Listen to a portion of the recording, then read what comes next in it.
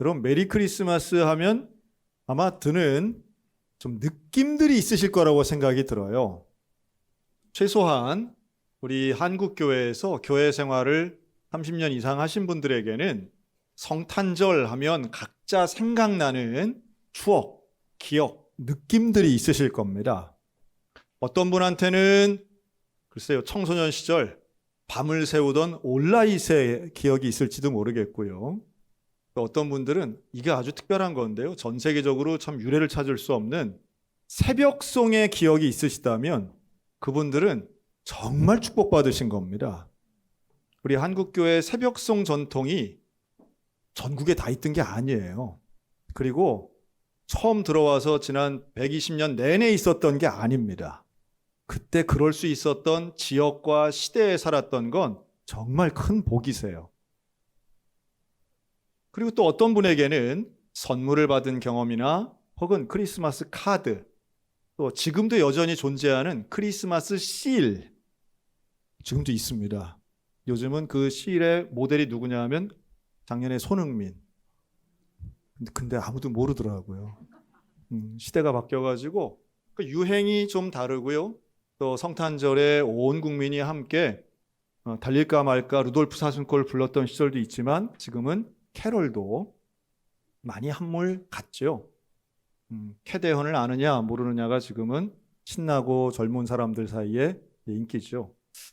그러나 또 알아야 될 것은요. 여러분 크리스마스 트리는 그렇게 역사가 오래되지 않았습니다. 우리가 나무를 장식하고 또 전구를 달고 하던 크리스마스 장식은 우리에게는 교회가 옛날부터 했던 것처럼 생각될 뿐이지 캐롤의 역사 200년 안 되고요. 크리스마스 트리의 역사도 400년이 채 안 됩니다. 더더군다나 선물을 주고받고 하는 것 이거 생각해보면 1800년대에 생겼던 일이고요. 우리가 지금 생각하는 성탄절의 여러 가지 모습들은 대개 1900년대 초중반에 미국 교회에서 있었던 일들을 우리가 경험했던 거죠. 제가 말씀드리고 싶은 것은 성탄의 기억이나 추억 또는 성탄절을 지켰던 나름의 형태들은 계속 변화해 왔다는 말씀을 드려요. 성탄은 본질과 형식이 있습니다. 그런데 당연히 중요한 건 본질이죠. 이 본질을 잘 전달하기 위해서 우리의 선배들은 형식을 늘 바꿔왔고 그 형식이 어떤 사람에게는 기억과 전통이 되어서 지켜내야 되는 것처럼 생각하지만 잘 생각하면 형식은 바뀌고요. 본질은 지켜야 됩니다. 무엇이 본질인가 오늘 그 말씀을 좀 드리려고 그래요. 우리가 오늘 읽은 말씀은 미가서입니다. 그런데 이 미가서는 미가는 사람 이름이에요. 선지자 이름인데요. 이 미가가 활동했던 때는 예수님 태어나시기 700년 전이에요. 근데 그 700년 전에 미가가 놀라운 예언을 합니다. 베들레헴 에브라다야 너는 작을지라도 너에게서 이스라엘을 다스릴 왕이 날 것이다. 다시 말해 베들레헴에서 왕이 태어난다는 걸 예언해요. 뭉뚱그리지 않고 정확한 지명을 이야기하는데 베들레헴은 본문도 말하지만 작은 곳이에요. 우리가 좀 이 작은 지역 뭐라고 표현하면 좋을까? 그래서 제가 생각해낸 건 이거예요. 여러분 우리 대한민국 국민들 중에 화천군, 간동면 어디 있는지 아는 사람이 많을까요? 모르는 사람이 많을까요? 우리는 다 아는데 우리는 화천군 유명하잖아요. 살기 좋고. 그런데 반면 예를 들면 영양군 여러분 어디 있는지 정확히 아세요? 또 있습니다. 함안군 아마 이게 경상도인지 전라도인지도 헤매시는 분들이 있을 거예요. 그게 중요한 건 아니지만 그렇게 지명을 들어는 봤는데 정확하게 모르는 느낌 그게 바로 작은 지역의 특징이잖아요. 베들레헴이에요.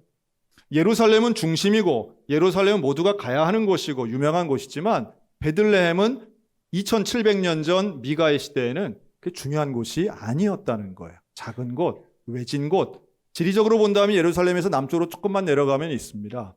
지금은 너무너무 유명해져서 사람들 많이 가지만 지금은 이제 팔레스타인 지역에서 아무나 들어가지 못하더라고요.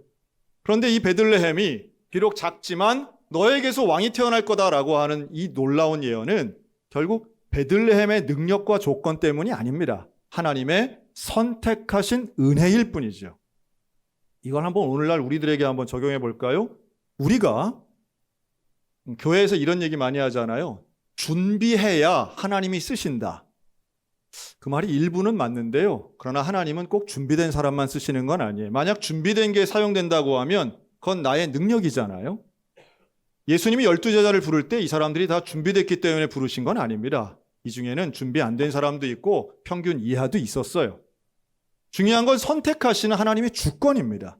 하나님 손에 붙잡힌 바 되면 그 사람의 능력이나 환경, 조건과 상관없이 영광된 일에 쓰임받게 될 줄로 확신합니다. 그게 우리가 구원받은 놀라운 은혜예요. 우리가 뭘 조건이 있어서 구원받은 게 아니죠. 하나님의 구원의 은혜는 선물처럼 주어지는 것이고 마땅히 죽을 수밖에 없는 죄인 된 우리를 구원하신 하나님의 은혜, 이게 베들레헴이 선택된 이유하고 좀 비슷하다 하는 생각이 듭니다. 그런데 당시 미가가 활동하던 그때가 어떤 상황이냐 하면요, 북이스라엘은 이미 망했고 남유다도 멸망 직전이었어요. 미래가 없는 시대, 내일이 보장되지 않은 민족과 나라와 도시가 다 망할 그 직전의 시대에 미가 선지자를 통해서 해주신 말씀은 왕이 태어날 거라는 거예요. 이스라엘을 다스릴 왕이 태어나는데 그의 근본은 상고의 영원에 있느니라.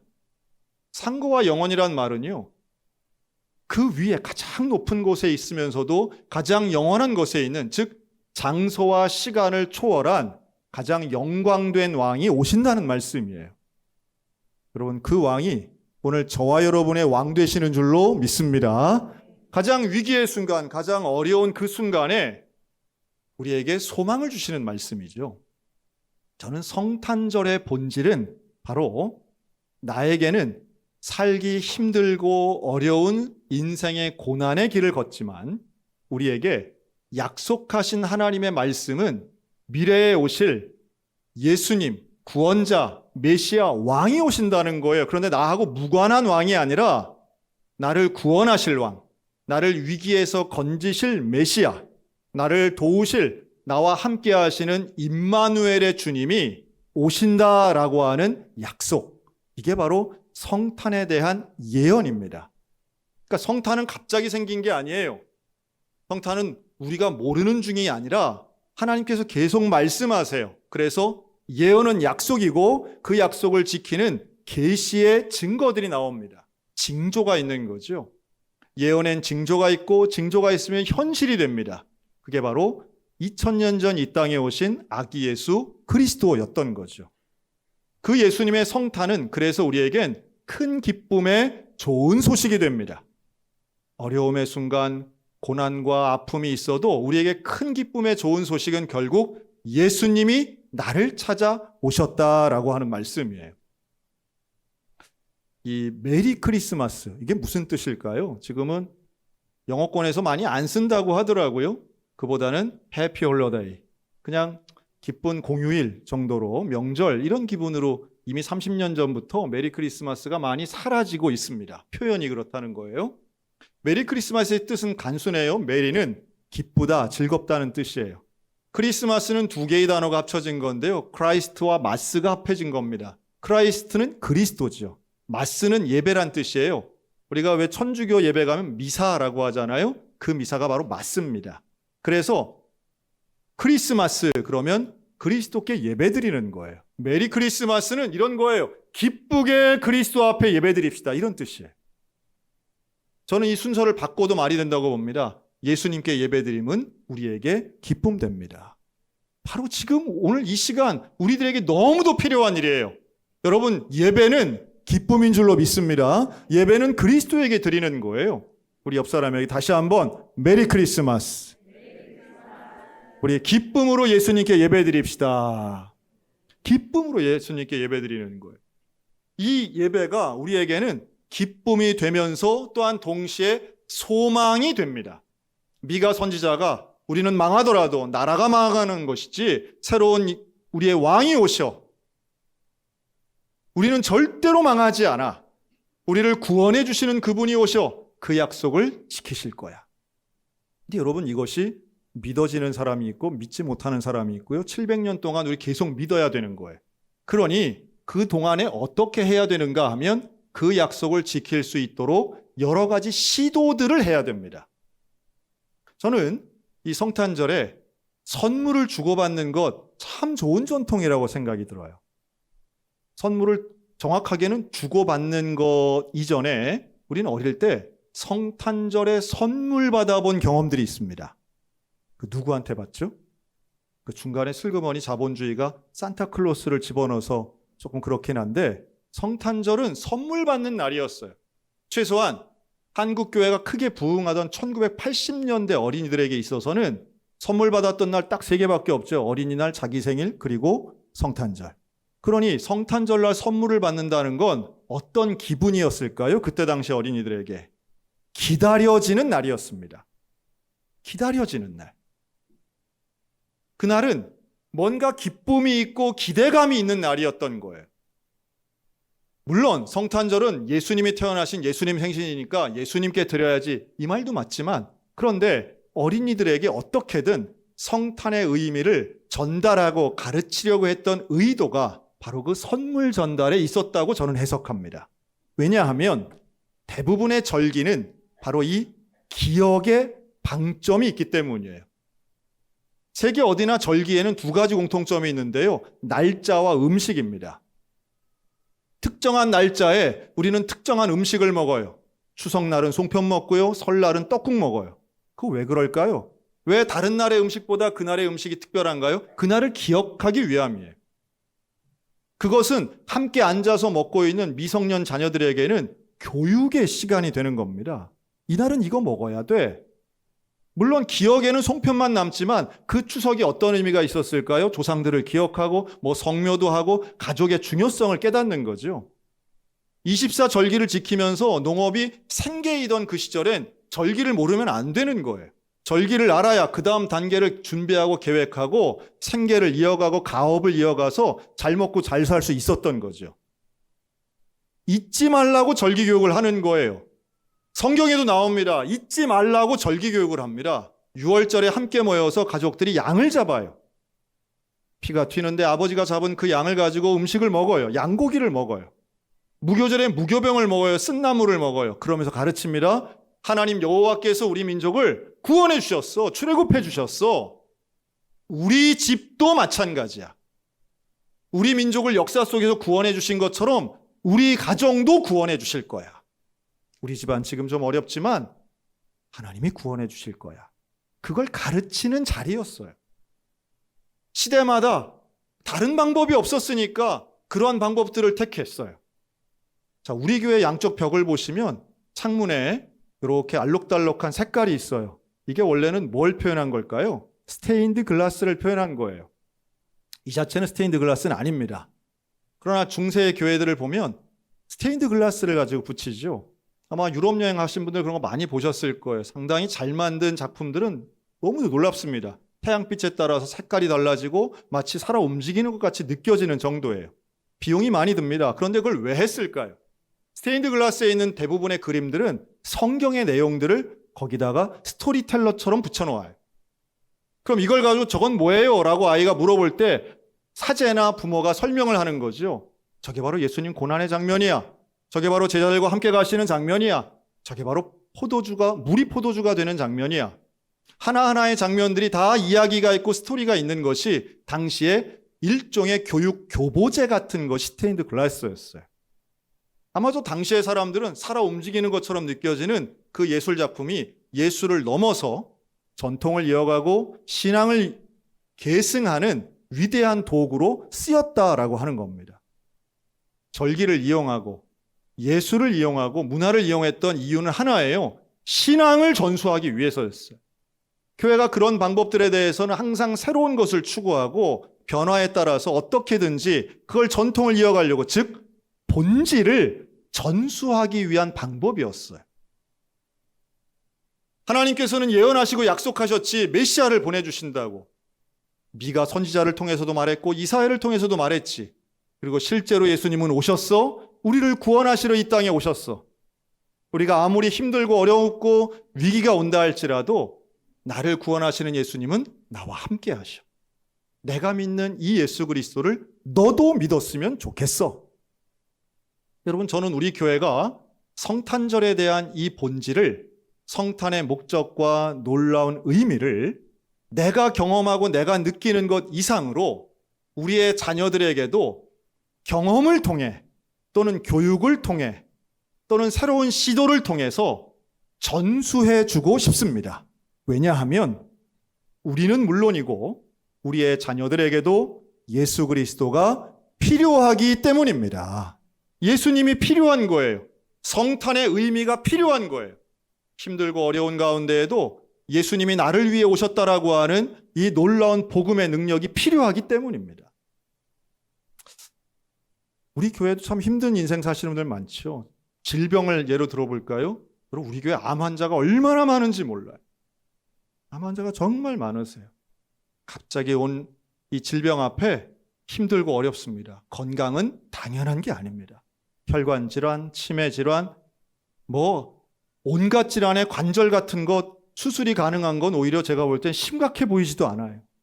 너무너무 어렵고 심각한데 혹여라도 주변이 내 질병 알면 오히려 교회에 누가 되거나 우리 집안에 문제가 될 것 같아서 쉬쉬하시는 분들 보면 더 마음이 아파요.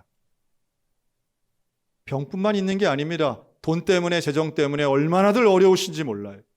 사람의 관계 때문에 배신당하고 배척당하고, 특별히 여러분 최근 몇 년 동안 우리 대한민국에 일어났던 대부분의 문제들, 보이스피싱, 전세 사기, 여러분 이런 것 때문에 지금 냉가슴 앓는 분들이 얼마나 많이 있는지 몰라요.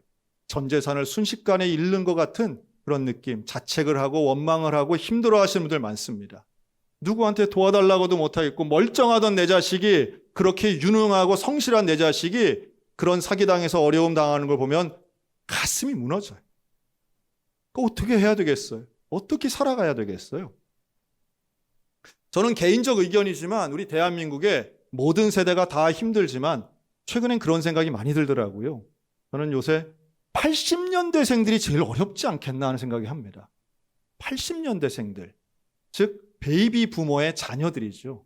부모님은 대개 50년대 중후반, 60년대 초반에 살았던 분들이 낳은 자녀들입니다. 그런데 이 80년대생들은요, 단 한 번도 삼저호황의 시대에 태어나긴 했는데, 저금리, 저유가, 저달러, 가장 좋은 시절에 태어나긴 했는데 정작 성인이 되었을 때는 가장 치열한 경쟁과 가장 어려운 환경에 놓여졌던 분들이세요.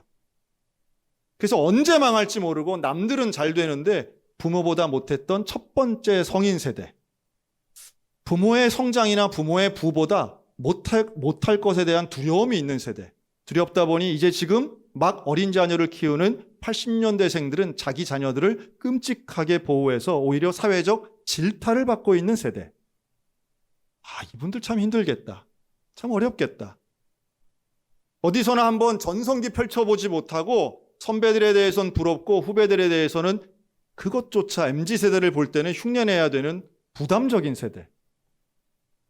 물론 모든 세대가 다 힘들죠. 또 세대를 한 묶음으로 묶기도 어려울 겁니다. 하지만 우리 모두에게 명확한 것은 어려운 시절을 살아가는 데 있어서 소망이 필요하다는 사실이에요. 그리고 그 소망은 예나 지금이나 변함없이 예수 그리스도인 줄로 믿습니다. 예수님만이 우리에게는 소망이에요. 예수님이 나의 구원자요, 나의 메시아요, 나와 함께 하신다라고 생각할 때에 그때 바닥을 쳤던 나의 상황이 다시 일어설 수 있게 될 줄로 믿습니다. 그게 성경이 우리에게 증거하는 거죠. 증명하고 있어요. 나라를 잃고 포로로 잡혀갔어도 하나님의 향한 그 신앙을 가졌을 때에 결국 이 땅을 나를 찾아오신 그 메시아. 성탄절은 그런 의미에서 우리가 즐거움의 파티도 있지만 소망으로 나 자신을 다시 한번 돌아보는 날이 성탄절이라고 생각합니다. 그래서 저는 우리 교회가 전 그 성탄의 의미를 되새기는 베들레헴 같은 곳이 되었으면 참 좋겠어요. 여러분 한번 죽기 전에 꼭 베들레헴에 한번 가보시기를 권면합니다. 왜냐하면 지금은 조금 좀 힘들어졌어요. 하여튼 전쟁도 있고 또 거기 팔레스타인 지역에서 힘들긴 한데요. 베들레헴에 가면 예수님 탄생 교회가 있어요. 예수님 태어나신 그 말구유 자리라고 생각되는 장소에다가 크게 교회를 지어놓은 게 있습니다. 이게 막 이슬람에게도 빼앗겼다가 이런 큰 역사적인 배경을 갖고 있는 교회인데요. 근데 이 교회 들어가려면 문이 하나 있는데 이 문이 높이가 120cm예요. 요만해 문이. 여길 들어가려면 전부 다 허리를 숙이고 들어가야 돼요. 뭐 스토리는 있는데, 근데 이거를 나중에 뭐라고 명명했느냐 하면 그 문의 이름을 겸손의 문이라고 붙입니다. 제가 알고 갔는데도 가서 정작 그 문에 들어가니까 마음이 좀 울컥하더라고요. 숙이는데 마치 정말 예수님 앞에 이렇게 허리를 숙이는 것 같은 느낌이 좀 들긴 하더라고요. 여러분, 예수님 앞에 겸손한 마음으로 나와 예배 드릴 때에 우리의 왕 되신 주님께서 우리의 마음 가운데 평안과 기쁨과 소망을 주실 줄로 믿습니다. 우리가 주님 앞에 나가 예배 드리는 일은 정말 즐거운 일이 될 수 있어요. 행복한 일이 될 수 있어요. 그리고 내가 겪고 있는 어려움과 고난을 참아내고 극복할 수 있는 소망의 일이 될 수 있습니다. 그게 우리에게 주신 성탄의 약속이에요.